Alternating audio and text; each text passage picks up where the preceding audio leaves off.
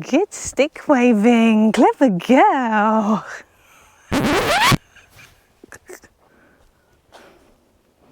You're waving your stick. How does it feel?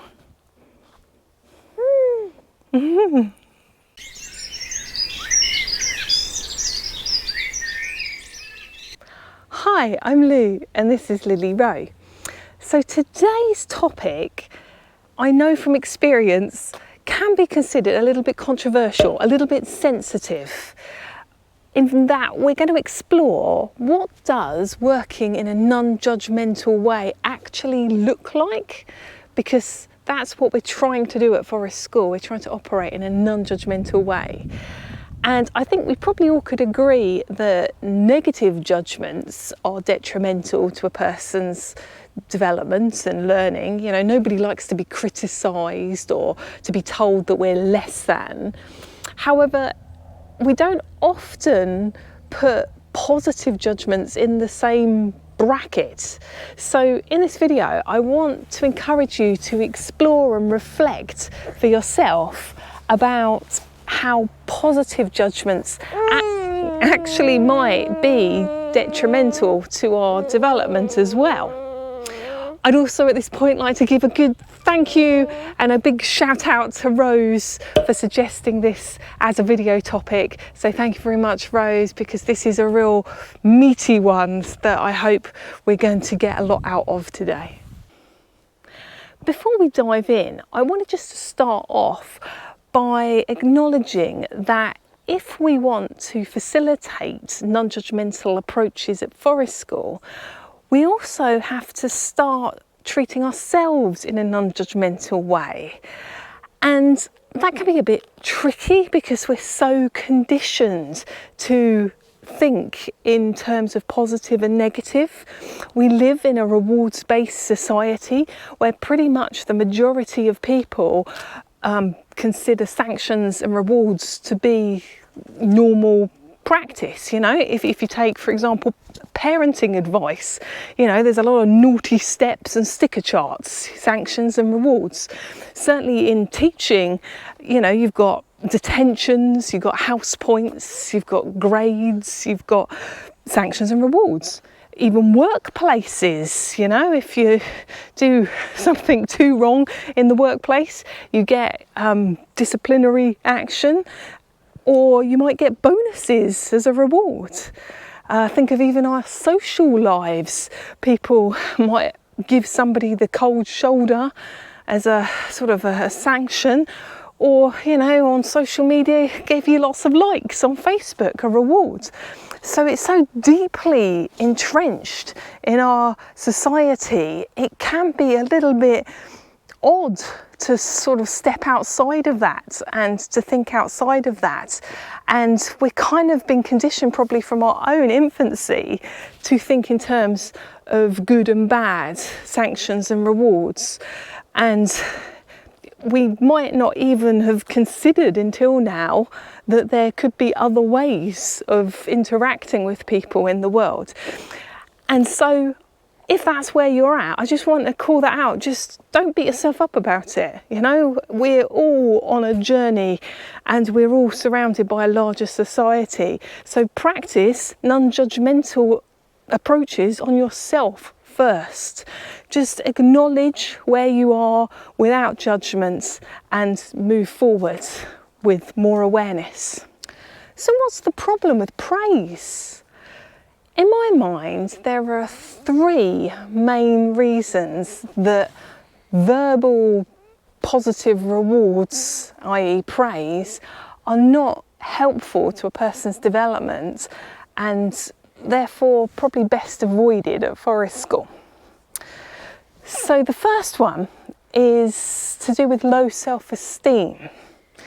In fact, you may well have seen this behaviour before.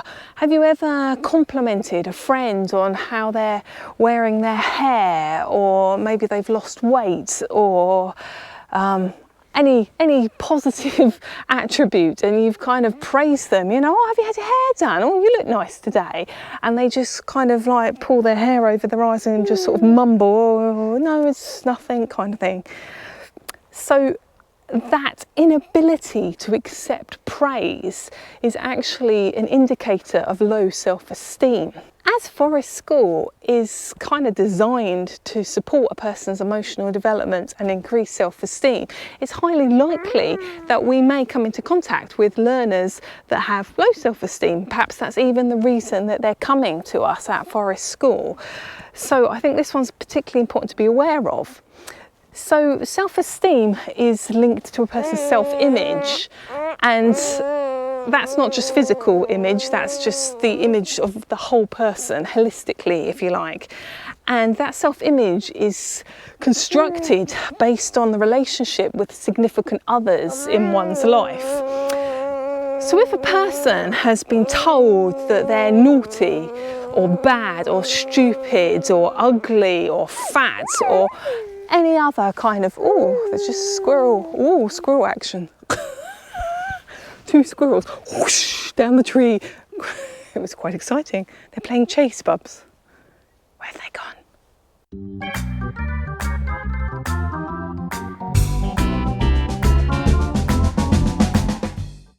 We shall continue on, see if we can find the squirrels.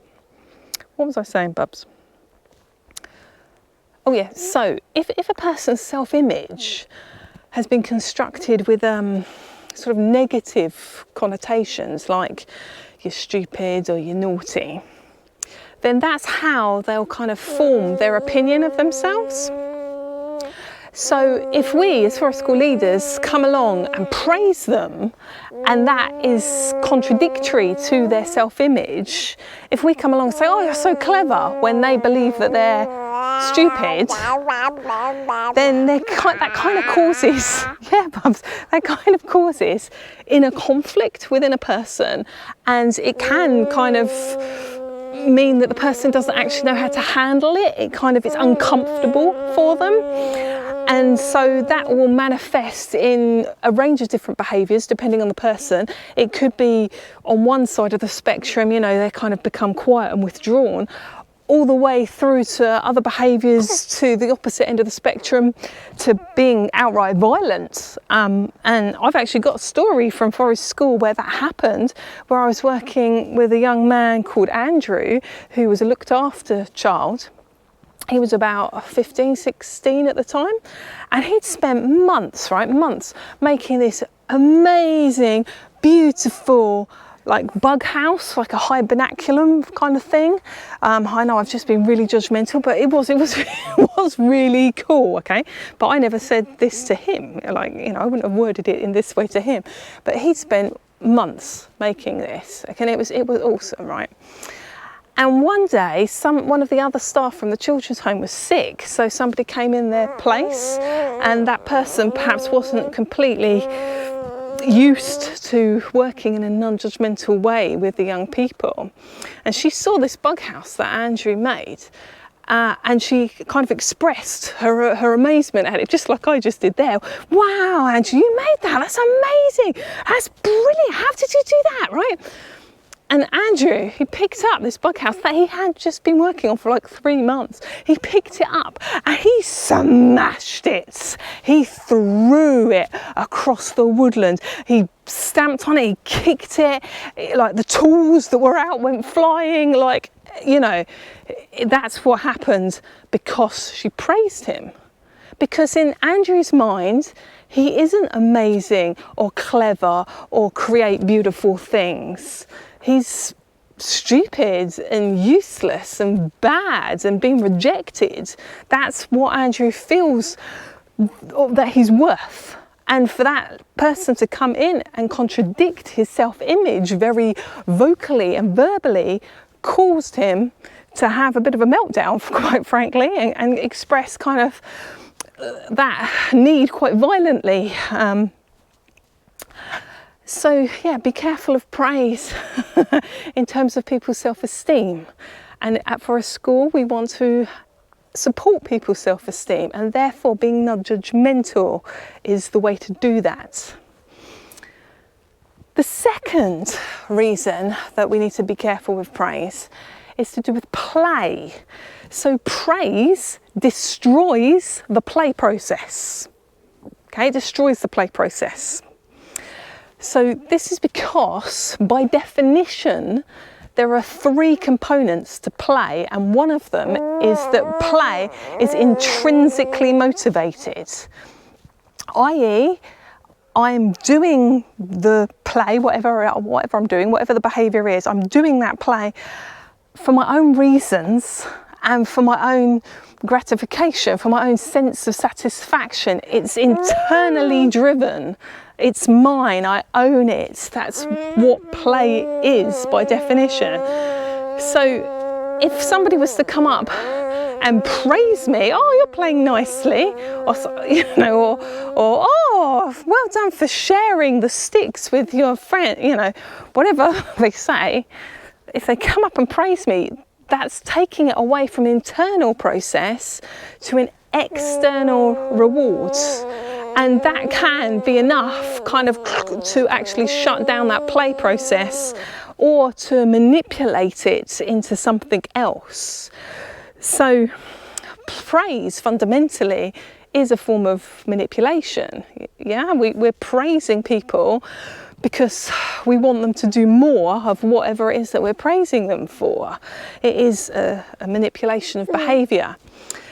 However, when it comes to play, if I'm doing something purely because I want to be praised by somebody else, then it's not play. I'm doing it for an external reason, to satisfy somebody else's needs and desires, not my own. And play has to be my own needs and desires. That has to be the reason for why we're doing it. That's why I actually think play is the most important thing we can do as human beings, is play. I think play is actually the antidote to this crazy rewards-based society we live in. Anyway, I won't go too far down that tangent. If you're interested in that, I have done a video about play. I'll pop the link in the description below so you can check that out if you're more interested in that sort of stuff. So the third one is that through praising people, they become more focused and hooked on the praise itself rather than the thing that they're doing, whether that's learning or development, play, whatever you want to call it. So praise actually shifts the focus onto the praise itself. So, for example, I suspect if you're working with children, you might have come across a child who is praise addicted. Look at me, look at me, look at me, look at me, look at mine. Is mine the best? Is mine better than hers? Look at me, look at me, look at me. Yeah, they continually are seeking that external validation, that external rewards to feel okay about themselves. Because praise and other rewards, I guess, are quite addictive. You could consider it an addiction. So the praise manipulates a person's behaviour so that they might eventually only do that behaviour, that learning, that play, that whatever it is, if there is a reward there, if they're being praised for it. So there has been studies done on this, and take for example a child sharing their toys. Initially they might have shared their toys purely because they saw that the other child was sad without the toys and they felt motivated to share the toys. So the motivation was the sharing and the desire to have empathy with another person. But then say a teacher or a parent sort of notices that and they praise them for sharing. Oh, good sharing. I saw you sharing your toys with Ellie. Well done, that's very good of you, kind of thing. So then after that's happened, the child then is more only likely to do that sharing if there's an adult in the room that will praise them for it. So it completely manipulates the behaviour and shifts the focus from, originally it might have been just for the sharing's sake, and trying to relieve the suffering of somebody else, and now it's, I'm going to only share my toys if somebody's going to reward me through praise, stickers, house points, whatever the reward is. So just think about that for a while. Just think about that, let that sink in. Praise shifts people's focus from doing things intrinsically for their own reasons to doing things just because they're going to get something from somebody else. At Forest School, surely we want to cultivate curiosity, and lifelong learning. You know, humans are naturally curious. That's how we've kind of evolved to be where we are. You know, you don't have to bribe someone to learn. It's naturally within us. We just have to not get in its way. And that's what praise does. It gets in the way of the natural learning and development process and kind of hooks people onto the wrong focus. Of course, once you've got locked into this ugly cycle of kind of rewards that they do work in the short term usually, but what happens is you have to make the carrot bigger every time, you know, like, so what starts with praise then turns into a sticker, that then turns into a house point, that then turns into a voucher. You know, I've heard schools giving away like iPads and stuff, you know, as part of their rewards systems. So you have to escalate the rewards for them to have the same effect. Again, just like drugs, you know, one small amount of drug doesn't do it after a while. You have to take bigger and bigger doses. It's just the same. Praise is an addiction. And we don't want to hook our kids early, but yeah, that's what our society is doing. Hook them while they're young, you know, make good consumers out of them, obviously, you know, if they want rewards, you know, buy this and your life will be fine. I'm getting on my soapbox, so I'm going to just step down for a minute. I guess what I'm trying to say is that Forest School is all about getting individuals to understand themselves better, to find out what their strengths and weaknesses are, to find their gifts to share with the world and to express them and to feel good about themselves. And recognise that we're all different, you know, we're not all the same, and that we all walk a unique path in life. And basically praise gets in the way of all that, and it steers people off of their true path, if you like. I mean, just for example, how many people do you reckon in our Western society that goes to work to jobs that they really don't like and that they'd rather be spending their time doing something else? And maybe they're just doing it for the rewards, whether that's the financial rewards of the wage that they get paid, or maybe it's through status for whatever that job is. Perhaps it was the expectations of others, like their parents, and that they've worked in a job just to please other people. For whatever reason, they've been doing it, and maybe actually inside it's slowly killing them fundamentally because they're not living their life in the way that they should. And just, I mean, how sad is that? Just how much suffering that must cause. Whereas if you've got a sense of who you are and a sense of your own path, then you can make choices in your life that will steer you into a way that will satisfy you, that you can live your life as play fundamentally and not worry about external rewards or other people's expectations. So for me, that's what Forest School is all about, and why I believe that praise is not conducive to supporting that vision. Now, often at this point, I have people go, yeah, but I'm like a teacher and we're told to praise. And when you train as a teacher, you're told to praise. Yeah, you are. I know. I trained as a teacher. Luckily, I had already trained as a Forest School leader before I went into teaching, but I did teach in a mainstream school for a couple of years. And yeah, they say praise all the time, praise all the time, including particularly the children that perhaps are a bit naughty. Find something to praise them for and praise away, because that's what's best for them. That's going to increase their self-esteem. But I'm afraid that's not true. It's not going to increase their self-esteem. And, you know, as I gave you the example of Andrew earlier, it might actually cause their behaviour to worsen, perhaps. However, I'm not saying, right, don't use praise ever at all, you know. If you're one adult in a classroom of 30 children, praise, you know, might be a useful tool to have under your belt to be able to manage that classroom.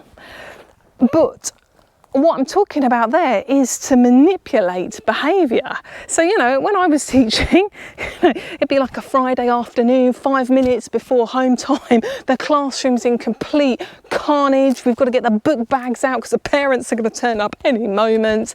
And, you know, I need the kids to be sat on the carpet ready and go and get their bags and stuff. And so, you know, what do? I go, oh, look at Bella sitting there with her book bag, with her arms and legs crossed. You know, I start praising the children that are doing what I need them to do. And then, of course, naturally, all the other children hear that and kind of follow suit. Oh, and yeah, and look at James, he's gone and got his shoes on, you know, so on and so forth. But let's be honest here about what I'm doing. I'm not doing that to benefit those children's learning and development. I'm doing that because I need them to sit on the carpet because the parents are turning up in 5 minutes. I'm doing it for my reason, not their reason. And yet it still might be necessary because we have an education system that basically sucks.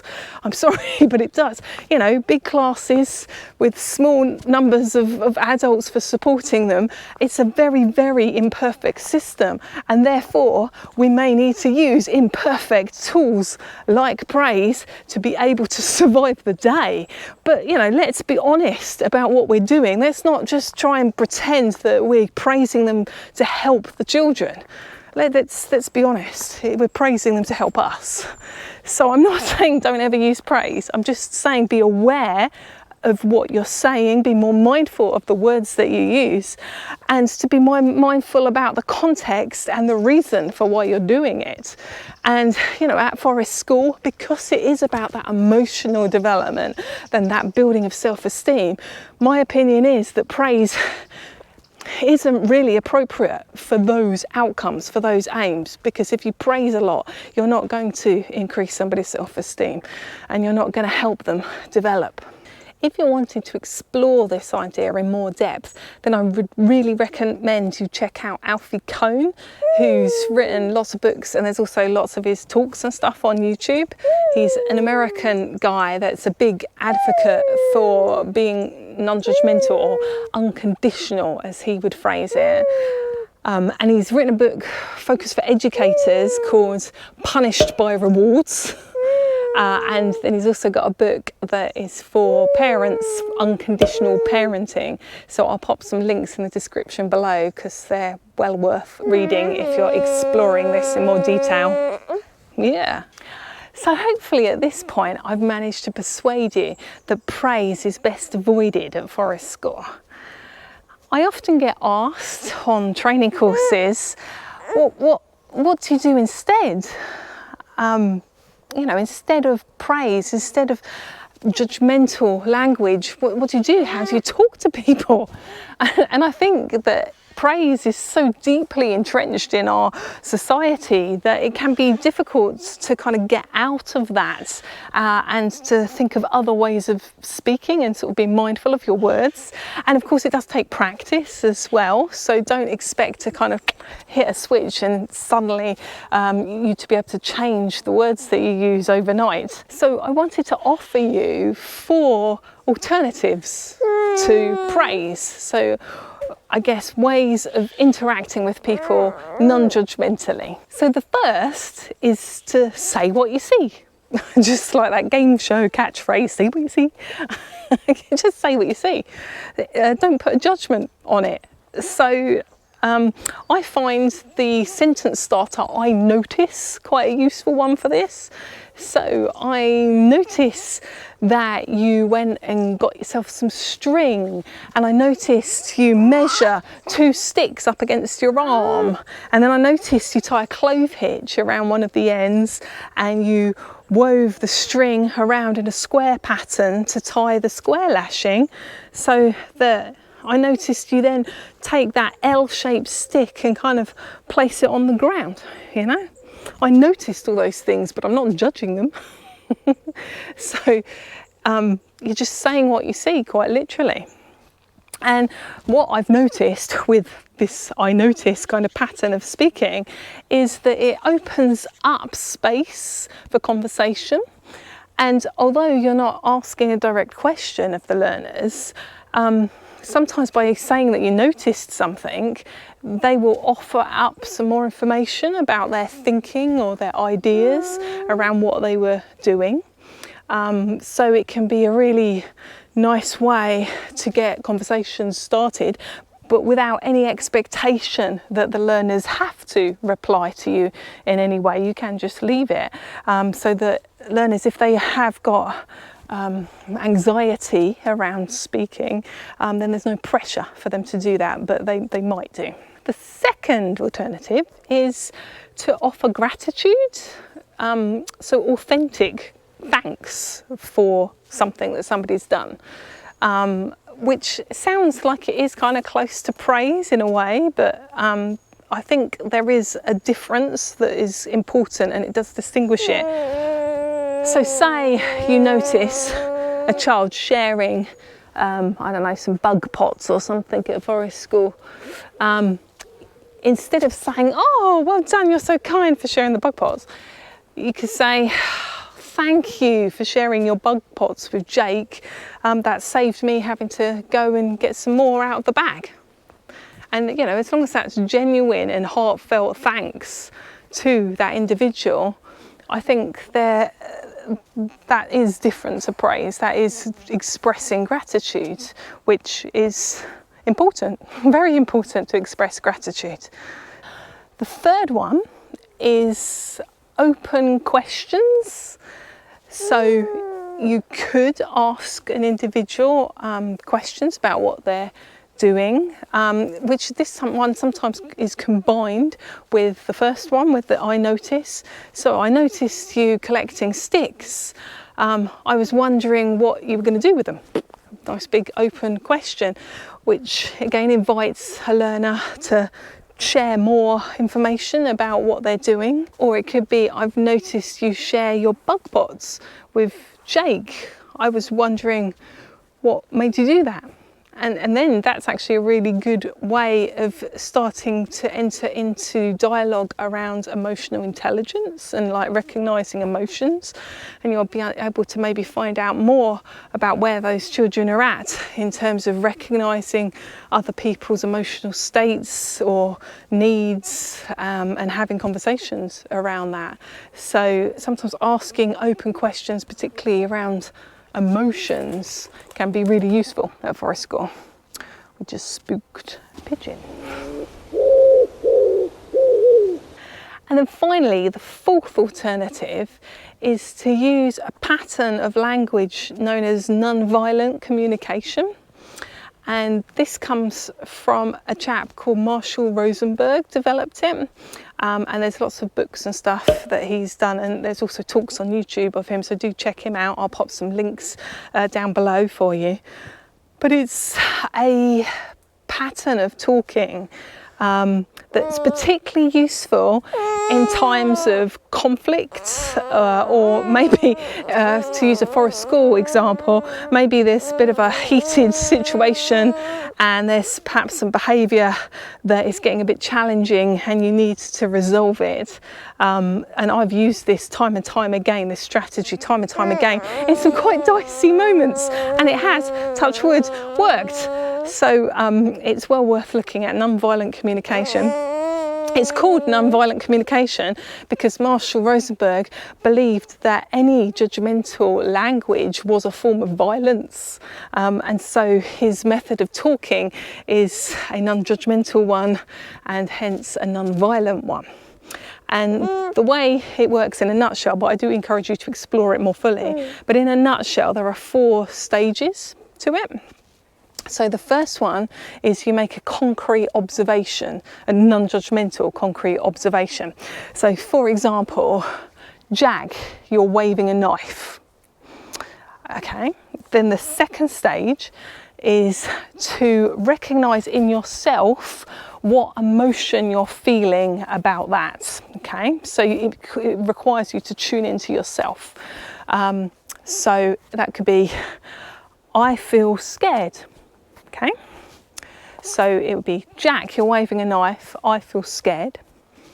The third stage of it is to then take that further and recognise what the need is within you that's not being met, that's causing that emotional state.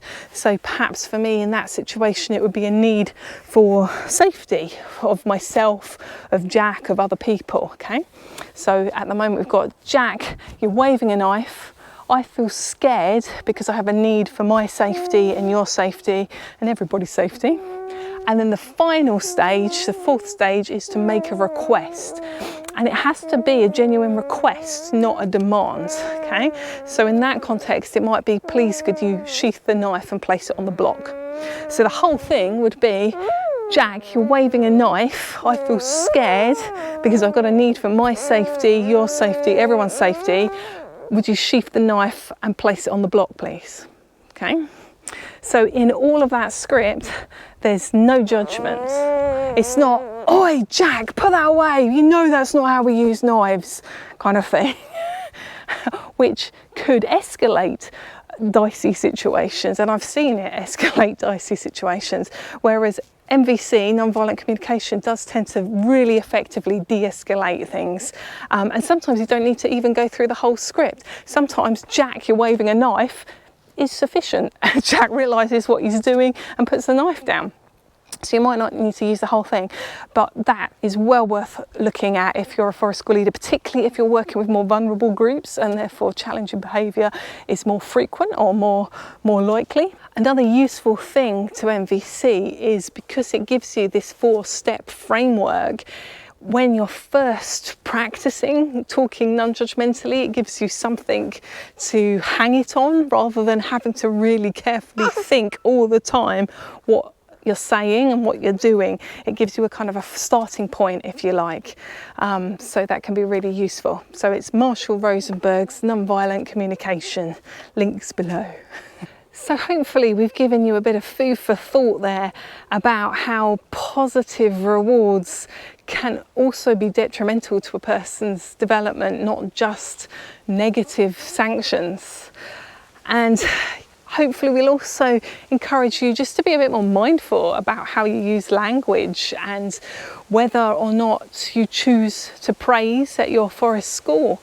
And, you know, remember to be non-judgmental to yourself as well. You know, if you're deciding kind of from this point forward to use less praise or no praise, don't beat yourself up if you kind of have got it as a habit. You know, our society is so ingrained in it, particularly our education system. So, you know, sometimes we're saying it and we don't even realise that we're praising.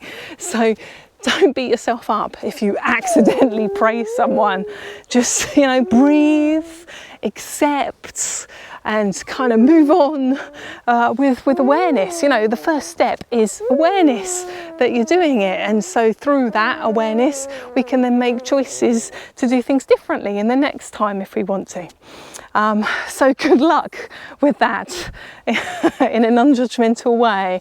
Go forth and support people's development at forest school. Do you have other strategies or tips for working non-judgmentally at your forest school? Do let me know in the comments section below. If you've enjoyed this video, do give us a thumbs up and consider subscribing to our channel so that you can join us again in the woods next time. And thanks for watching. Forest School avoids using praise. We use non-judgmental language in various ways. Through awareness and practice, it will become a breeze, so you'll be unconditional the next time you head to the trees. Bye-bye.